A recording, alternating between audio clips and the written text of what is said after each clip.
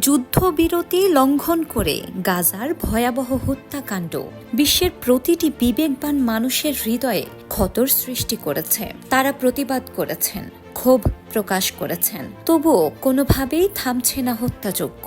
প্রতি মুহূর্তেই যেন মৃত্যুর প্রহর গুনছে গাজাবাসী।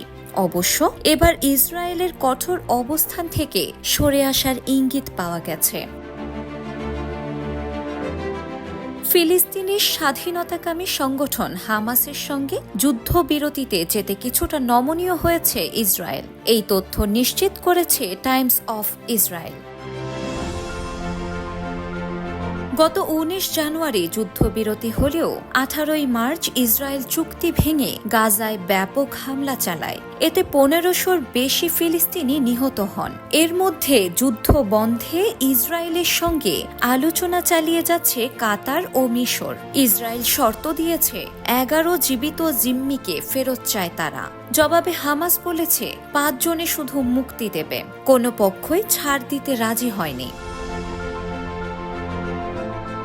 ইসরায়েল তাদের প্রস্তাবে আরও জানিয়েছে, যুদ্ধবিরতি শুরু হলে গাজা থেকে তারা অবরোধ তুলে নেবে, সেখানে মানবিক সহায়তা প্রবেশ করতে দেবে এবং গাজার মধ্যবর্তী স্থানগুলো থেকে দখলদার সেনারা সরে যাবে।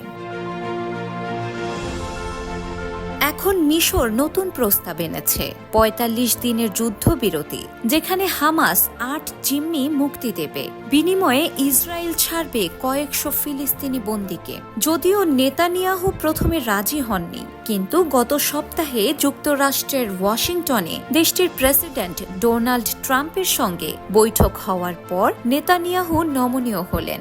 এদিকে ইসরায়েল এখন জিম্মির সংখ্যা কমিয়ে পাল্টা প্রস্তাব দিয়েছে।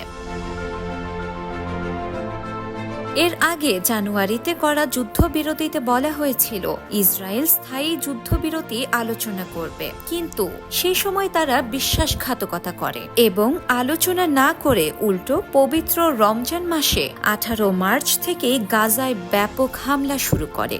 শুধু সেদিনই ইসরায়েলি হামলায় গাজায় ৪০০-রও বেশি মানুষের মৃত্যু হয়। এবার ইসরায়েলের নমনীয় হওয়ার খবরে বিশ্ববাসীর মনে কিছুটা হলেও স্বস্তি এনেছে। তবে একটি প্রশ্ন রয়েই যায়, গতবারের মতো আবারও কি চুক্তি ভাঙবে ইসরায়েল, নাকি এবার স্থায়ী শান্তির পথে এগোবে দুই পক্ষ? গোটা বিশ্ব এখন সেদিকেই তাকিয়ে। শিলা ইসলাম, সময়ের আলো।